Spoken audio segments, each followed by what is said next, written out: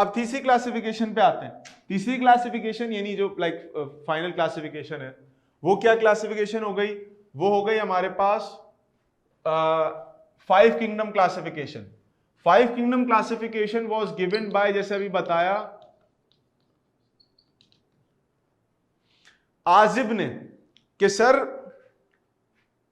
हाँ उमर फिर पूछो सर, पे कूपलैंड ने क्या किया? कूपलैंड ने कुछ नहीं किया भाई। आपने एक बार काम सबमिट करा दिया ना, एक बार काम सबमिट हो गया, तो उस काम सबमिट होने के बाद आप या तो रिट्रैक्ट कर लो कि यार मुझसे गलती हो गई थी, या फिर आप उसमें एक काम ये होता है कि आप उसमें एक एडिशनल फाइल सबमिट करा दो दुनिया के सामने कि यार इसमें थोड़ा सा मैंने खुद अमेंडमेंट कर दी।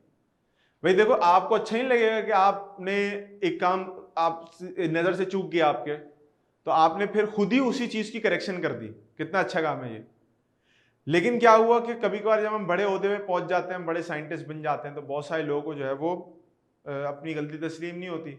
तो उसके बाद क्या हुआ कि वो उनकी जगह पे भी जब बाद में काम आगे दिया गया, तो उनको मद्देनजर रख के, मतलब उनको पता नहीं समझाया कि नहीं समझाया, आपस में मामलात होते हैं साइंसदानों के, लेकिन वो फिर उन्होंने 5 किंगडम क्लासिफिकेशन दे दी। अब जब 5 किंगडम क्लासिफिकेशन आ गई, तो इसमें एतराज का सवाल ही नहीं उठता था कूपलैंड की तरफ से। यानी कूपलैंड उस पर क्या एतराज करते? जब उनको अपनी गलती समझ में आई, तो देयर वॉज नो चांस, अब उनके पास कोई रास्ता नहीं था। अब वो सिर्फ खामोश बैठ सकते थे, या अपने कुलीग को जो टेकर थे उनको सराह सकते थे, हाँ बेटा तुमने अच्छा काम किया, ठीक है, अब आपके पास कोई और रास्ता नहीं है, तो खामोश रह सकता है बंदा। तो अब उनका जो मेथड था वो कुछ अरसे दुनिया ने इस्तेमाल किया, उसके बाद वो साइड पे हो गया, और फिर एक नया सिस्टम आ गया। फिर विटेकर का सिस्टम भी बाद में बहरहाल चेंज हुआ, और अभी हम जो बिल्कुल ही डिफरेंट अप्रोच इस्तेमाल करते हैं, अब तो हम मार्गलेस शॉर्ट्स और विटेकर का सिस्टम भी इस्तेमाल नहीं करते, हम एक तीसरा चीज सिस्टम इस्तेमाल करते हैं, तो वो एक डिफरेंट चीज है। वो खैर हमारी किताब में उसका जिक्र नहीं है, तो मैं नहीं जिक्र करूंगा उसका। बहरहाल, तो अब बेचारे कूपलैंड जो थे वो अपना समूह लेके रह गए, उर्दू में किताब में आपने पढ़ा होगा। और रॉबर्ट विटेकर,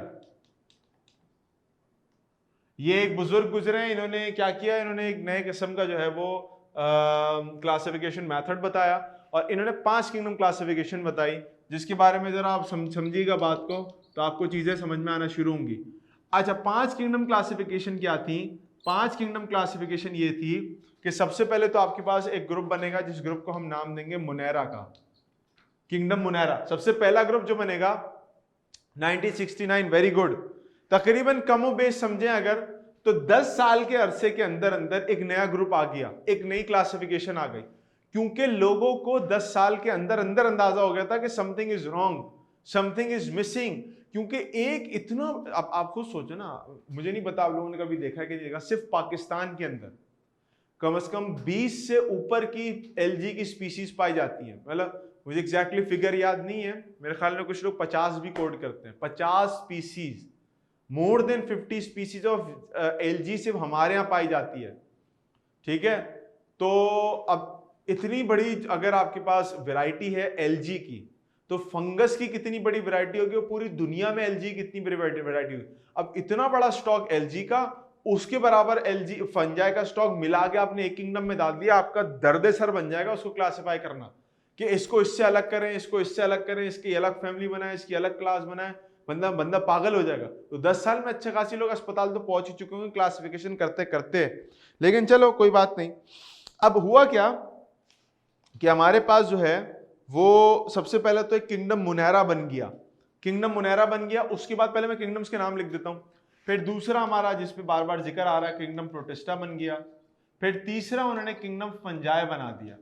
चौथा उन्होंने बनाया किंगडम प्लांटी, और पांचवा किंगडम एनिमेलिया, किंगडम एनिमेलिया। अब ये 5 किंगडम्स हो गए। अब इन 5 किंगडम्स की खास बात क्या है? इन 5 किंगडम्स की खास बात ये है कि इनके अंदर जो ऑर्गेनिजम्स थे ना, वो क्लासिफाई इस अंदाज से किए गए कि उन ऑर्गेनिजम्स में एक अपने किंगडम के एतबार से बहुत ही यकसुई पाई जाती थी। मिसाल के तौर पर अगर मैं मुनैरा की बात करूं, मैं एग्जाम्पल देता हुआ जाता हूं आपको साथ साथ, और उसके बाद फिर इनकी वजूहात बताता हूं कि उन्होंने क्यों रखा इस किंगडम में किसी चीज को। मिसाल के तौर पे मुनैरा के अंदर उन्होंने रख दिए, मुनैरा के अंदर उन्होंने रख दिए क्या? मुनैरा में उन्होंने रखा बैक्टीरिया। याद रखिएगा इस बात को कि बैक्टीरिया जो है वो प्रोकैरियोट है, ठीक है। सर एलजी का किंगडम क्यों नहीं बनाया? अब देखिए एलजी इटसेल्फ जो है ना उसके अंदर एक प्रॉब्लम होती है, एलजी इटसेल्फ उसमें एक प्रॉब्लम होती है। मैं अभी आता हूं कि हमने जो तर्ज बनाया ना, जिस तर्ज पे इन्होंने किंगडम्स को खड़ा किया है, कोई पीछे फिलॉसफी तो होगी ना कि उन्होंने क्यों 4-5 किंगडम्स बनाए, 4 से 5 किए, फंजाई को अलग क्यों किया, वो तो खैर हमें पता है क्यों किया, लेकिन कुछ बंदे के अपना होता है ना स्कूल ऑफ थॉट होता है कि यार मैंने ये चीज सोची थी और इसके ऊपर मैंने इमारत खड़ी की है। तो मैं पहले वो समझाता हूं, फिर आपके सवाल का जवाब आपको भी मिल जाएगा, मैं अलग से भी दूंगा कि why he didn't planned out an specific group for the LG. अब देखो सुनो मेरी बात को समझो, प्रोटिस्टा के अंदर उन्होंने क्या रखा है? अब ये बड़ी इंपॉर्टेंट बात है कि प्रोटिस्टा के अंदर उन्होंने क्या क्या रखा हुआ है। प्रोटिस्टा के अंदर उन्होंने रख दिया, मिसाल के तौर पर मैं लिख देता हूं एलजी, एलजी आ गई एलजी, ठीक है। अब आ जाते हैं फंजाई के ऊपर। फंजाई में क्या आ जाएगा? फंजाई में मैं आसान एक फंगस का नाम लिख देता हूं ईस्ट। ईस्ट तो सबने सुना होगा, देखा भी होगा, वो साशे में आता है, साशे पैकिंग के अंदर, उसके लिए डालते हैं, पिज्जा के लिए डालते हैं, और किसके डालते हैं, और डो बनाने के लिए डालते हैं उसको। East is a fungus, east is a fungus. वो आपके पास अल्कोहल केक में इस्तेमाल होता है, वो अल्कोहलिक फर्मेंटेशन करता है, कार्बन डाइऑक्साइड निकालता है, इसके से डो फूलता है, डो फूलता है, समझो।